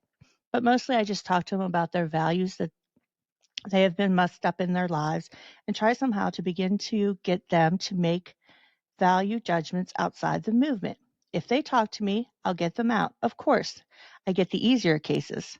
Somehow or other, they were willing to talk in the first place. Quote, I'm not so sure that my congregation is so happy I'm involved in this business. There is a major ambivalence there, and I can understand it. They wonder if I'm spending too much time with someone else's kid. I have to explain that the individual is more important than the group, and that if it becomes the other way around, we're in big trouble. Around, there was a lot of effort of street witnessing. We would do 72-hour witnessing events and street preaching. I would stand on the street corners and be preaching to the air. America, we're in a crisis time. God is summoning you. You know, like crazy. But anyway, go ahead. This is just a really random memory. I remember when I was home in England at Christmas last year, there was what looks like a Korean man standing in the middle of the town square. I can't remember if he was singing or like preaching to the air, but could that be connected? There are so many Korean cults. Okay. And many of them are former Moonies who splintered off and started their own cults. Was there a term anti-Mooney that Moonies would use to describe people who are opposing the church? Or did you have a name or title that was disparaging for people opposing the church? Like Scientology has what? SPs. Subversive people, yeah, right? Suppressive people. I was one in 1976, I'm proud to say, because I spoke out against Scientology once I learned more about it. It horrified me. No, people were just satanic or communists. You just went straight to Satan. Yeah. No. Communists, satanic, atheists. Yeah. And were you? Did you have a snapping moment, Samantha? I'm trying to remember. It was more a series of mini snaps, I'd say, and I can remember sort of the final moment where the last shred of hope left my brain that this thing could still somehow be true and fit together, and But yeah, I'm kind of curious about that difference. It seems like some people can have that one single moment, but I feel like for a lot of ex-Mormons, it is a gradual process because those psychological mechanisms kick in, you double back down, you try and make it work for longer. I almost wonder if that's because Mormonism is slightly softer than the Moonies, so it almost allows you to go back a bit. What do you think? No, I think my experience was very unique. The combination of being away from the cult for 2 weeks was huge. Which does make me think a lot of people left Mormonism in the pandemic, and they tell me that it's because just getting space from the church helped them reevaluate. Yeah, so I did a TEDx talk, How Can I Know If I've Been Brainwashed? And I offered my story and the Moonies, and then said there's a 4-step reality testing strategy that anyone can answer that question for themselves. I don't know if you've seen it or know of this TEDx talk, but basically I say the first step is separating yourself from the influencer or the predator or the predatory organization. And I do believe that you can have a one-on-one mind control situation with a malignant narcissist. Just get away and sleep and eat and be in nature and remember who you were before you ever met this group. And I know it's different when people have been born or raised in a group. But for those of us who are recruited later in life, just take a time out. Next, study models of brainwashing, thought reform, and mind control. I use Lifton because it was so pivotal to me. And by the way, I've interviewed him. He's still alive. He's in his 90s. Oh, wow. If people want to see my interviews with him, you can come to my YouTube channel. So study Lifton. Singer was another person who had a model, or my bite model of authoritarian control. Study that. Then the next step is deliberately seek out ex-members and critics. Because when you're in a mind control cult, you're programmed never to trust an ex-member or a critic. It's spiritual pornography, or it's garbage, or dog eating its vomit, or whatever. But if you take the position of, I want to know what's true, I want to know what's real, and I'm smart, and I can discern, find out what's the beef, especially former leaders of a group or someone who was 6th generation. Like, find out their story and really listen to it. Then, with the knowledge of the bite model, with the knowledge of former members, go back in your experience and ask yourself, if I knew then what I know now, like when I was on the mission or this or that, then you can begin through reality tests. Yes, it either fits the authoritarian bite model of control thing, or it doesn't, or it's somewhere in between. But that by doing that exercise, at least you can know, here are the models by experts. Here's what the critical information says, the truth, the facts that are documented, the former leaders, and then being honest with yourself. That's the other thing I want to say is people need to be honest. And as a therapist, if people really want to make change or grow, they need to be really honest with themselves, even if they have impermissible thoughts or feelings. It's like, let them out. Let's air it out. Let's look at it all and have that kind of commitment to, reality. And so that's how to know whether you've been brainwashed. It's so tough because we always talk about the question that is so important that Mormons are able to ask themselves is if this wasn't true, would I want to know? And I feel like for members to even get to the point where they see the value of those 4 steps or see the value of asking whether this is, there almost needs to be a weakening of faith prior to even getting to that point. So it's so hard to. So I remember before the moon, I'm sorry, I interrupted. No, you didn't. So I remember before the Moonies, I read, I want to say it was a Zen teaching story. I'm not remembering the author, but the story was that a man grew up in a village. He went on a hunting trip, or he left the town, and something happened in the well water. And everyone went crazy. Everyone went mad. And the man came back and realized they all drank the water and they're all nuts. And the purpose of the story is to ask yourself, would you drink the water to fit in, or would you say, nope, they're mad? This is my life and I don't want to be mad. And I remember that story because in my mind, I said, no, I would not drink the water. Of course, people talk about the flavor aid all the time with Jonestown, and they try to make jokes about it, which isn't funny for people like me to hear jokes about it. But this story. I wanted to show several examples and read those to everyone of people that Dr. Stephen Hassan does associate with and that have used the terminology Kool-Aid disparagingly. On October 3rd of 2019, Jim Stewartson tweeted, "Kid, you are swimming in the Kool-Aid. You are so deep in this cult, you can't even acknowledge objective reality. Get deprogrammed, please." On October 1st of 2021, Jim takes a screenshot of trending things in the United States and it's ivermectin. Above it, Jim puts, "You spelled Kool-Aid wrong." Then we have March 8th of 2024. There is a tweet that Jim is quoting, and it is about Trump being with Viktor Orban. And it says, "There's nobody that's better, smarter, or a better leader than Viktor Orban. He's fantastic. He's a non-controversial figure because he says, this is the way it's going to be, and that's the end of it." Jim above it says, "Jim Jones was non-controversial because nobody could argue about the flavor of the Kool-Aid." And then we have one more tweet, and this is another person that Dr. Hassan is associated with, has done TEDx talks with, just like Jim with the QAnon talk, and he retweets and says he's, a respected researcher and things of that nature. October 3rd, 2023, from Dave Troy. "Dorsey has consumed the Kool-Aid in massive quantities.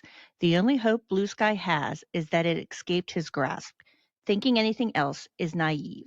Story about if you knew that something wasn't true, would you choose to believe it just to fit in or not?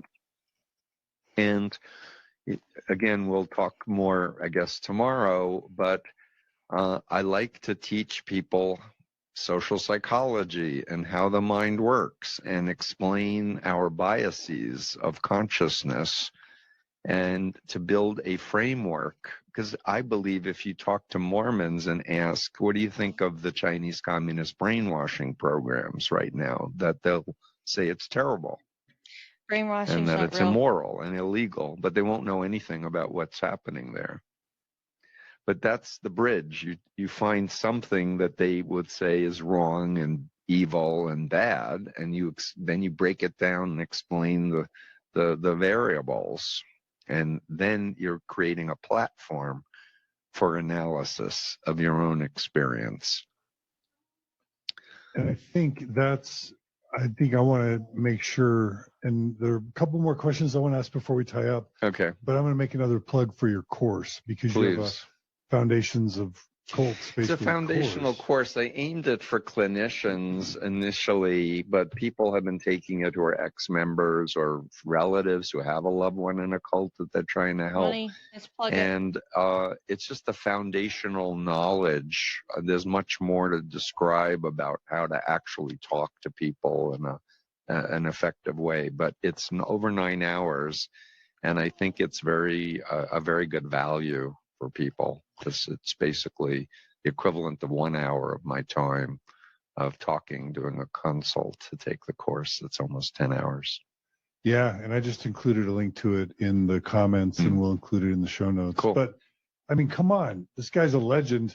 He's now spent almost 50 years of his life helping build cult awareness and helping people extricate themselves from unhealthy organizations and cults, and not just churches and religions, but MLMs and gurus, political cults, therapy cults, large group awareness training cults, and controlling relationships, and not to mention Russia, China, Iran, and other authoritarian dictatorships. John, my work, because there's only one of me, and I'm not getting younger, so I want to train up those who want to learn, who are coaches, who want to be therapists, etc., as well as just I want to empower all former members to do the self-healing work so that they can share their story and destigmatize to the general public that only stupid people can be in a cult, or ignorant people. Everything that he's that proposing, they're you brilliant can read people from Robert J. who've Lifton's had their books minds and the hacked other books we'll and talk have about gotten that into he these builds his big model situations, off of. whether they were You born can learn it from there. or recruited in.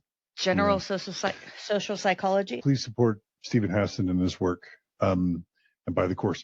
So really quickly.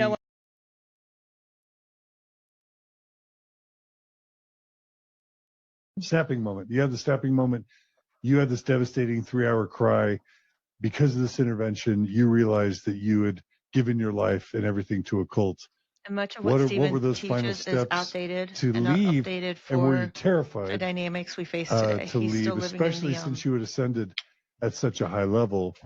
brick and What were mortar those final style. steps? Oh, I thought they were going to murder me. I thought I'd be assassinated. That's what I would compare it to. As soon as they The old knew style that I cults was no longer in, because I was at these as meetings dynamic as what we where, have today.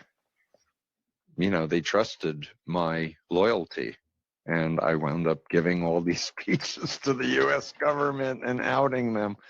But like I said, Those I was speeches are saying everywhere. before, I just made a very Moonies put 'em conscious out themselves. decision. I sat down in front of cameras in the first few weeks and told everything I could remember. I later remembered a lot more.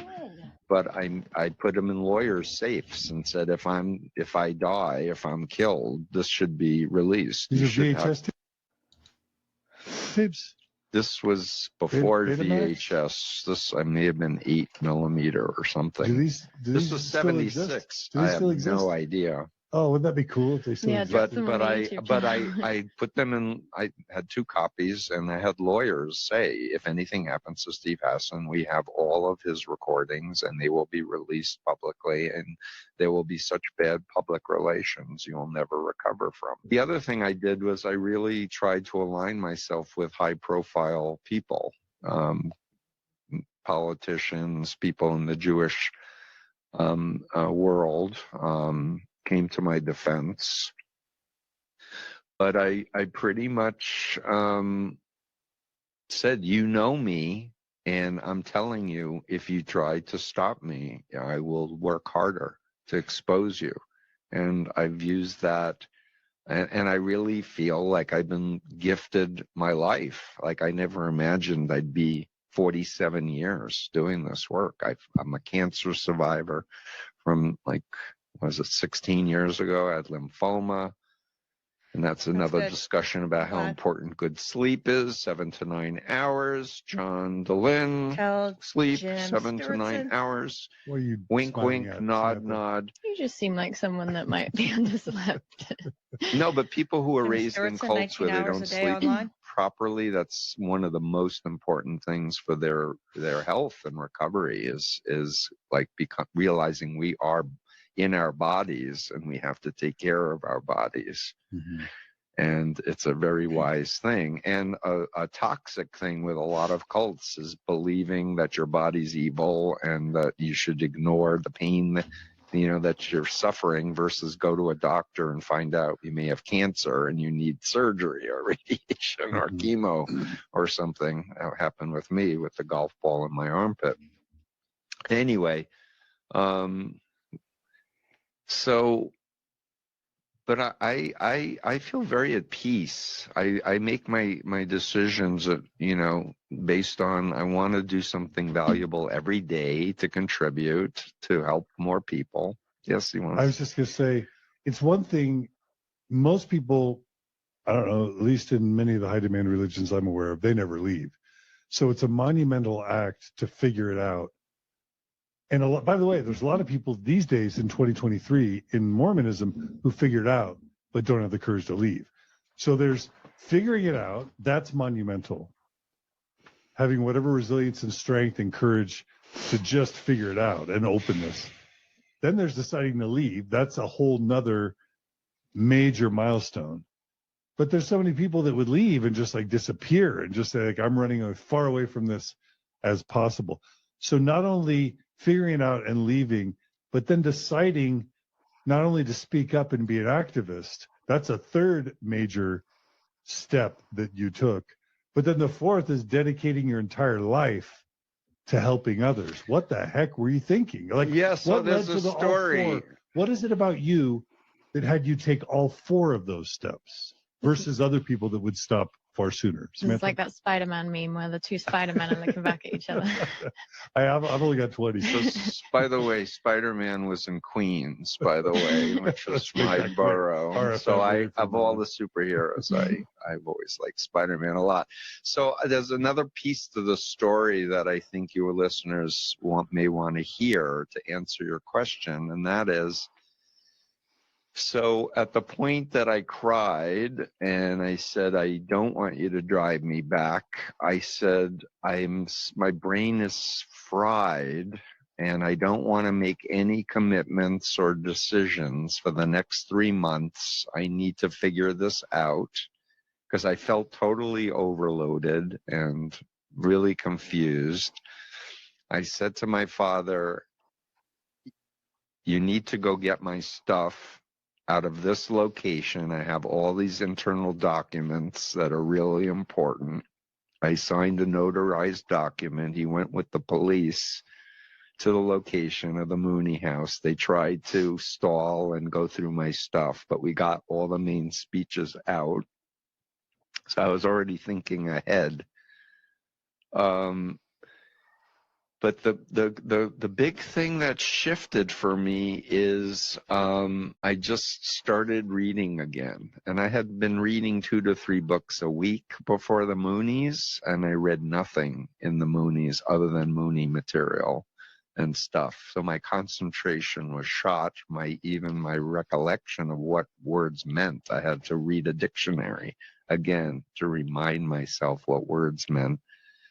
And I was told by a therapist, Steve, the mind's like a muscle. Like if you broke your arm and you had it in a cast, when the cast comes off, you're weak. You're going to need to do exercise. You need to just have that attitude to reclaim your power, your psychological power. That was really helpful. But I said, I really need to talk to Lifton. So I boy. asked around. Robert I J. found out Lifton, he was at Yale. Stephen Hassan And I got his phone number. So I want to express my gratitude one more time for all of your work and for you personally on that fateful day. And I want to just remind you, at least because I have a very clear memory of it, I called you up, you were at Yale, and I spoke with your secretary, and I'm blocking on her name, but she was with you for decades. Probably Lily Finn. Yes. And I said I just got out of this cult and I would really like to talk to Dr. Lifton, and he got on the phone and said, you know, what do you want to talk to me about? I said, thought reform and the psychology of totalism. And you said, that old book? Why could you possibly want to talk to me about? And I said, because I was in this group and it helped me to get out. And you said, come meet me. And then I started. When you said that, I think it seemed quite interesting to me that somebody in a cult would embrace that book on thought reform, and the connection would be there. Yeah, it was 1976. You were like, that old book? And then when I explained the 3-day workshop, the 7-day workshop, the 21-day workshop, 40-day workshop, you said, Steve, this is much more sophisticated than what I studied. And you said, this is like a virulent mutation of a dangerous strain. And here's the kicker that changed my life. You said, you know, I just studied this secondhand, but you lived it. Yeah. They did it to you, and you did it to others. So you need to study psychology and explain it to people like me. Yeah. And I was a college dropout, ex-Rooney, totally depressed. And this eminent, world-famous psychiatrist from Yale was saying, hey, you have something to share. Yeah, and you shared it with me. So yeah, but who knew? We were learning from each other. Yeah, no, who knew that 36 years later? Well, it's nice to hear that your life was so my profound effective. Gratitude, and my wife and my son, and all of your good work. And I'm so pleased to have this opportunity to videotape this so we can put it on the internet for people to watch forevermore. And I thank you. I've enjoyed our talk, as I always do. Yeah, thanks. Any last words before? Did you want to ask anything? That's great. Fantastic. Thank you. You're very welcome. And I called his office and I talked to Lily Finn, his secretary, and I said, I'd like to arrange a talk with Dr. Lifton. What's this about? I read his book and it saved my life. Huh? Which book? Anyway, he gets no, actually, he got on the phone with me and I said, your book saved my life. He said, which book? Because he had written a bunch of them by that. I said, Thought Reform, the Psychology of Totalism. He said, that old book? Why? And I said, well, I was recruited into the Moonies at Queens College in 1974, and I became this stranger. I became this, radical person, and da-da-da-da-da. And I really want to talk to you about it. So I had read his book, and it didn't match my experience. So he said, come and see me. And he arranged to have me come to his penthouse. It wasn't penthouse. It was the Central Park West apartment overlooking Central Park. It's nicer than Queens. And I'll never forget this meeting because here's this Yale psychiatrist. I'm a college dropout, right? I'm like a nobody, embarrassed, ashamed. And I'm sitting on the couch, my legs up in my cast. And he's standing there, and there's a wall of hardcover books from the top to the floor, the entire room. And I start to explain how I was recruited, how I recruited people, the 3-day work, the introductory lectures, the 3-day workshop, 7-day, a 21-day, 40-day workshop. And he's listening and he's nodding. And then he says, the fateful words, he says, I just studied this secondhand, but you lived it. They did it to you and you did it to other people. And what you're describing is so much more sophisticated than what I studied. You need to study psychology and explain it to people like me. Wow. So he was turning over the mantle to you a little bit. It's called in the biz a therapeutic reframe, or turning lemons into lemonade. But it was like, there's some value to this, what I went through.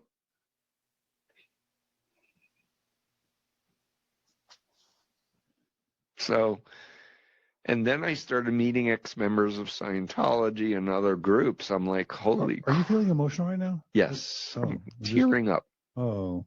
Let's see. So what is it you're feeling? Like, yeah, no, I believe you. I'm just. No, I was back in the room with him. So that brings up the feelings. Of what? Of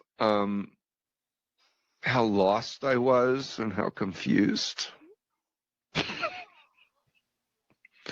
And how much we can have such an impact in a short amount of time to just change somebody's life completely. But even so, I never imagined I'd be doing this for 47 years. I thought, oh, I did 2.5 years. I'll do 2.5 years to take them down. Was what I was thinking. Then Jonestown happened. When I saw the bodies. I just want to pause here because I do think this is very emotional, obviously, for Stephen here. And I have so much empathy for what he went through and getting to this point. And I can't imagine reliving that moment of this was the book that reached out and spoke to him. And then, he got in contact with Lifton and he validated his experiences. And that kind of set Steve on his path forward. And I do have a lot of empathy for that. Even watching this now, I do. I forgot about this part and how emotional he gets. But then I keep in mind the other things that I know today and how harmful he's been to promoting the idea of hypnoporn and J.K. Rowling, and that his trajectory just doesn't continue down the path that it really should have, and he's lost his way somehow. And the children, I was like, I could have done that.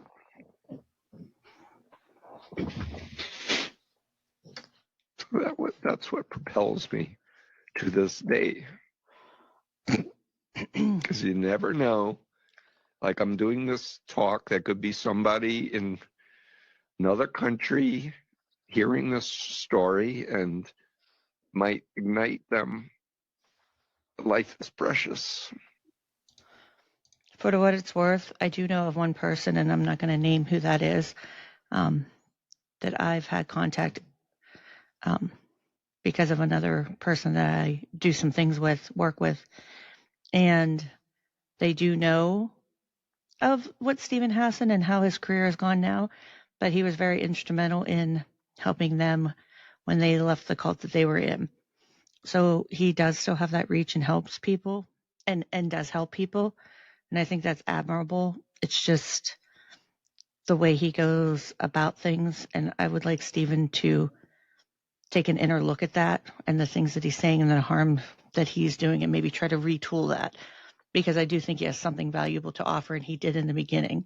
But like I said, somewhere along the way, the dollar signs seem to start meaning a lot more than the human connections in people. Our time on earth is precious, and we can lift each other up.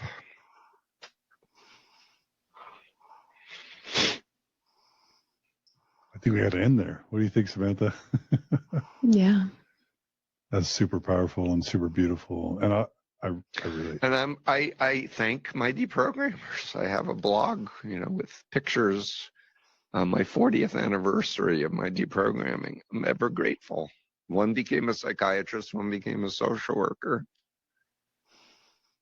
I'm forever grateful, because back then you were risking getting arrested and going to jail. It was a big deal to rescue somebody. Mm. It's because it The was comments forcible from the live deprogramming. streamer flowing in, things like, thank you so much, Stephen. Oh, my heart. love you, Steve. So the Mormon Stories audience is sending you their love and gratitude. Thanks. And thanks to my family who loved me always. They didn't give up on me.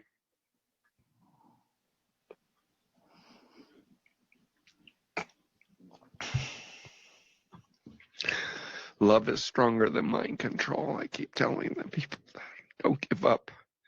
Even if the cult members won't talk to you, you keep talking to them and just say, I miss you, I love you. Had a dream about you, that we were together doing a picnic or fishing together again or whatever. Bring up. I have to pause real quick. I just have to say, I forgot that it gets like this.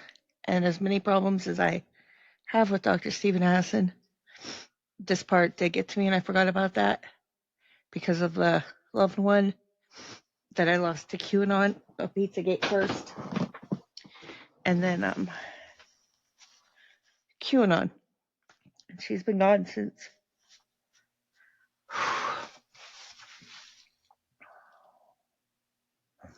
Damn it, Stephen. She's been gone since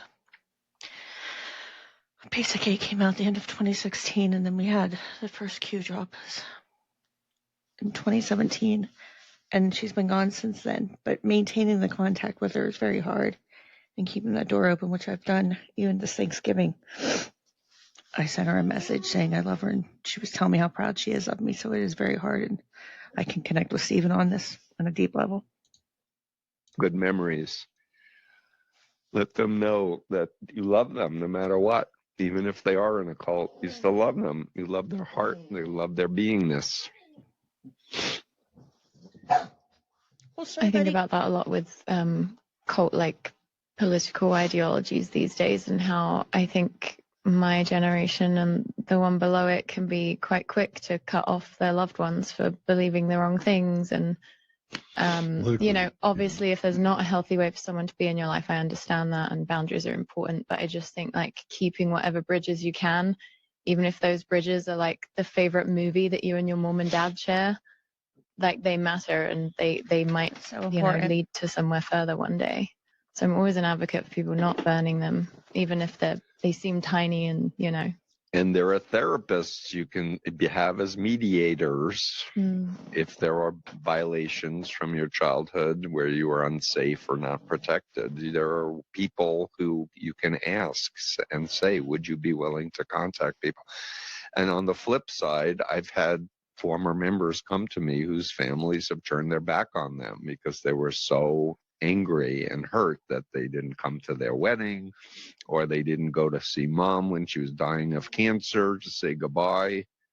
And they're so angry at the cult member, and they don't put the anger at the cult. They blame the person, and they don't understand they were on mind control. Yeah. Well, that was beautiful. That was powerful. Stephen was going to I get me. think that makes it a good way to end today's episode. But It's after the holidays. number got one, me. you've been so generous to give us so much time today. But tomorrow we still have more time. We have Thrive on Saturday. For those who I'm excited to learn more and meet more people. If anyone has my books and wants me to sign them at any of these in-person things, I'd be happy to make time to sign or take a selfie or whatever. So if you are joining us now live and you are interested in tonight, the Lost and Found Club, led by Chelsea Homer and her wonderful board, they're having Steve speak. You can go to lostandfound.club. There's a link in the description right now. There's still tickets available. Like and You can subscribe. see Steve tonight Right back to with it. Chelsea Homer's Lost and Found Club. Also, please check out Faith Journey Meetups, which is a Facebook group that Chelsea Homer started that has almost 10,000 progressive and post-Mormons supporting each other, women supporting each other throughout the world. Check that out. And then Thrive, you're speaking at Thrive Unite in Lehigh and in Ogden on Saturday. Coming up, go to And just like that, I'm okay thrivebeyondreligion.com or go to the description As soon to as I get start links talking to about that that. money. And that ends it for part 2 of this series on Dr. Stephen Hassan. Stay tuned for the final part of the series coming soon. I don't need new tires, but stay tuned for the next episode. We're going to have to be smart. We're going to have to be strategic. We're going to have to be aggressive. I'm an alpha guy. I'll flip a table every time you aren't getting by. Let's go. Just push. It's all psychological warfare. I'm not part of QAnon. We know what they are doing. For Trump. If shit goes wrong, like, I will literally have to leave the country. Stop that. I'll land my initial plane. Okay, high five. This isn't the hi-fi show. Good night. Good night. Nighty night.